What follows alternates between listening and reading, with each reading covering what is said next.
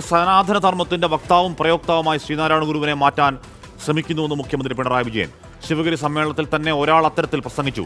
ഗുരു സനാതന ധർമ്മത്തിന്റെ വക്താവായിരുന്നില്ലെന്നും സനാതന ധർമ്മത്തെ പൊളിച്ചെഴുതി നവയുഗ ധർമ്മം സൃഷ്ടിക്കാനാണ് ശ്രമിച്ചതെന്നും പിണറായി വിജയൻ പറഞ്ഞു. ആരാധനാലയങ്ങളിൽ കാലാനുസൃതമായ മാറ്റം വരണമെന്നും മുഖ്യമന്ത്രി ശിവഗിരി തീർത്ഥാടന സമ്മേളനം ഉദ്ഘാടനം ചെയ്ത് പറഞ്ഞു.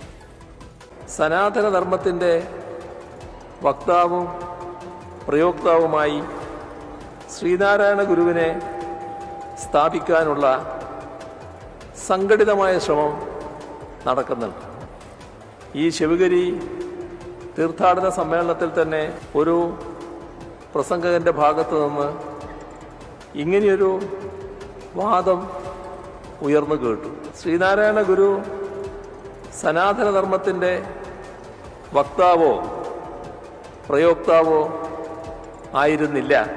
ആ ധർമ്മത്തെ ഉടച്ചുവാർത്ത് പുതിയ കാലത്തിനായുള്ള ഒരു നവയുഗ ധർമ്മത്തെ വിളംബരം ചെയ്ത സന്യാസി വര്യനായിരുന്നു. അതിനെ സനാതന തത്വത്തിൻ്റെ ചട്ടക്കൂടിനുള്ളിലാക്കാൻ നിന്നാൽ അത് ഗുരുവിനോട് ചെയ്യുന്ന വലിയ നിന്ദയാവും.